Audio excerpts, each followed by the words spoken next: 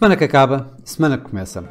A semana que terminou foi uma semana, por assim dizer, de ressaca. De ressaca da surpresa que foram os dados do mercado de trabalho que ultrapassaram toda e qualquer previsão e que colocaram os mercados a descontar de uma forma diferente as possibilidades de subidas de taxa de juros que o estavam a fazer até ao momento. Mas logo de início da semana fomos assolados pela notícia de um terremoto na Turquia e na Síria, cujas vítimas mortais já se elevam perto de 30 mil. Por outro lado, na Ucrânia, a guerra com a Rússia continua a ser cada vez mais intensa, cada vez mais forte.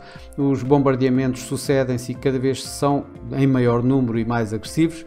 Por outro lado, Zelensky sai da sua área e tenta ter reuniões, e teve reuniões na Europa, desde o Reino Unido ao Parlamento Europeu, a pedir mais esforços de guerra, mais reforços de guerra, principalmente os tais caças de que ele tanto necessita para tentar combater o mais possível, defender o seu território frente à Rússia. Por outro lado, as tensões entre a China e os Estados Unidos cada vez estão mais tensas, ou ficaram mais tensas, em torno de um balão que para os Estados Unidos é um balão espião, para a China é um balão meteorológico, ou era um balão meteorológico, na medida em que já foi abatido, mas isso acabou por levar uma vez mais a uma crispação das tensões entre as duas superpotências. O mercado estava a olhar especialmente para o discurso de Jerome Powell no Clube Económico de Washington. Não houve muito mais a dizer daquilo que ele tinha já dito na conferência de imprensa que se seguiu da reunião da Fed. De facto, ele manteve o tom com que tinha estado nessa mesma reunião, dizendo que ainda há muito trabalho a fazer, que há um longo caminho a percorrer, que a inflação realmente está já a regredir, ou seja, a ir no bom sentido. Ainda assim, ainda há muito para fazer e portanto, ainda é muito longe de se cantar vitória. Nem sequer se referiu, digamos, mais em especial aos dados do mercado de trabalho. Já os seus colegas do resto da FOMC, da Fed, tiveram de alguma forma um pouco mais agressivos do que Jerome Powell. Todos eles deram pelo menos a taxa máxima nos 5,25, ou seja, reiteraram a projeção feita já em dezembro dos dos últimos dot plot conhecidos. Houve alguns, inclusive, que aumentaram a parada e colocaram a possibilidade de o Fed precisar mesmo de subir taxas para 5,25, 5,5 ou ainda acima disso. Obviamente que tudo isso acabou por levar as yields uma vez mais a subir, e subiram de uma maneira bastante violenta, nomeadamente os 2 anos, os 10 anos, e curiosamente o spread entre os 2 e os 10 anos aumentou, ou seja, ficou ainda mais negativo, o que é de alguma forma sinal de que poderá haver aí uma recessão. Por outro lado, o FedWatch Tool da CME acabou por, que mede as probabilidades do mercado relativamente a subidas de taxa de juros por parte do Fed, acaba por mostrar uma probabilidade em torno de 75% neste momento já de uma segunda subida da taxa de juros, ou seja, da tal subida da taxa de juros para maio, o que é completamente diferente do que aquilo que nós tínhamos visto aqui há umas semanas atrás, antes de toda esta surpresa se ter dado. Em termos de dados económicos, não havia muito a ver. Tínhamos a curiosidade para os dados da inflação alemã, que saíram de alguma forma previsivelmente em baixa, com algum ruído entre a inflação nacional e aquela que é medida pelo método europeu, mas o HCPI acabou por mostrar uma queda na própria inflação da medida europeia. Nos Estados Unidos tivemos os dados da Universidade de Michigan e esses dados acabaram também por referir um aumento, digamos, na confiança do consumidor e aumentou um pouco as expectativas da inflação para este ano, mas ainda assim a níveis de 4,2%. Obviamente que tudo isto foi bastante penalizante para os mercados acionistas, que sofreram esta semana mais um golpe, digamos, mais perdas. Não foram muito relevantes as perdas, mas ainda assim na Ásia o Hang Seng em Hong Kong perdeu um pouco mais de 2%, em que o único índice que teve uma performance positiva foi o Nikkei no Japão, que ganhou cerca de 0,6%. Na Europa, as bolsas europeias perderam em média cerca de 1%, e nos Estados Unidos foram bastante variadas, desde o Dow Jones, que terminou praticamente inalterado, até ao Nasdaq, que perdeu cerca de 2,4%.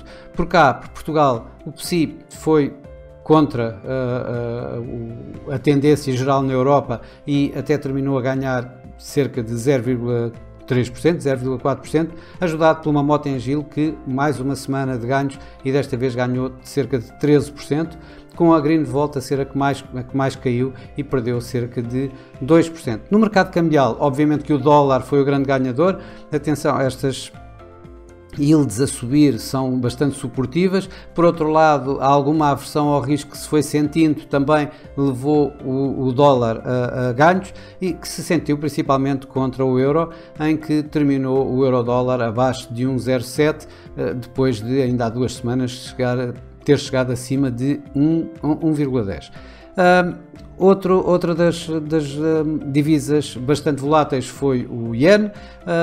Notícias de um novo governador mais na linha de Kuroda levou o Yen a perdas, mas de seguida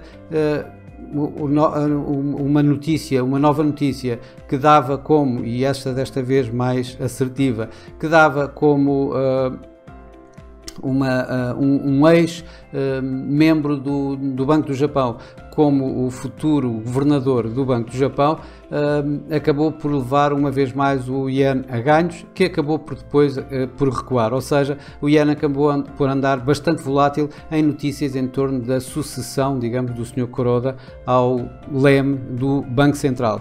No dólar australiano também registrou alguns ganhos depois de o seu Banco Central ter subido a taxa de juros em 0,25%. Quem teve ganhos consideráveis acabou por ser a coroa sueca, que também registou que o Banco Central também acabou por registrar uma subida de taxa de juros de 50 pontos base. Era bastante previsível esta subida de taxa de juros, no entanto, a comunicação foi bastante mais hawkish do que se estava à espera, dando a orientação para mais futuras subidas de taxa de juros, o que aí o mercado não estaria tão à espera. Também a surpreender de forma em alta esteve o Banco do México, que subiu a sua taxa de juros em 50 pontos, quando se estava à espera de uma réplica, digamos, de uma repetição do que aconteceu com o Fed de 25 pontos, e isso acabou por levar também o peso mexicano a ganhos. Ainda a ganhar, devido muito aos preços do petróleo a subir e a boas notícias no mercado de trabalho, teve o dólar canadiano, que voltou esta semana também a negociar em ganhos. Falando em petróleo, o petróleo, que na semana passada tinha perdido cerca de 8%, esta semana voltou a recuperá-los e recuperou cerca de 8,5%, com o preço do Brent a subir desde os $80, onde começou a semana, até mais de $86 por barril, e o preço do WTI a terminar perto dos $80 por barril. Ora, a próxima semana é uma semana em que os mercados vão estar a olhar principalmente para os dados económicos desta vez, e também, uma vez mais, para os diversos banqueiros centrais, os diversos responsáveis dos bancos centrais.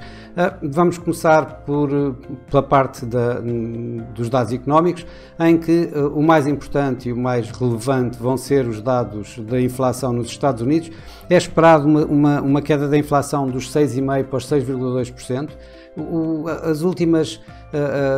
A última reunião do Banco Central norte-americano acabou por colocar um peso maior em cima dos dados económicos, na medida em que o Sr. Powell acabou por dizer que vai estar muito dependente das datas, dos dados, e isso acabou por levar efetivamente um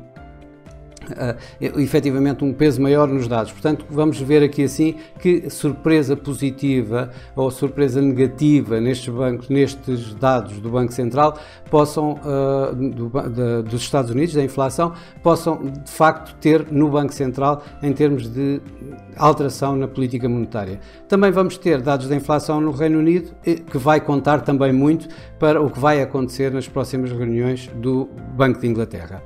Temos ainda vendas a retalho nos Estados Unidos e tudo isso vai contribuir bastante para o sentimento de mercado, em conjunto com o que se vai passar uma vez mais em torno dos vários discursos que vamos ouvindo, tanto responsáveis do FED como responsáveis do BCE, e esta semana vamos ouvir inclusive a senhora Christine Lagarde, desta vez no Parlamento, com o relatório do Banco Central Europeu. A época de resultados ainda continua e esta semana vamos ter algumas empresas bastante nossas conhecidas, como é o caso da Coca-Cola ou da Mercedes, ou mesmo da Heineken ou da Cisco. Bom, para já é tudo, bons negócios, uma boa semana e para a semana cá estarei uma vez mais com mais uma semana que acaba, semana que começa. Até lá!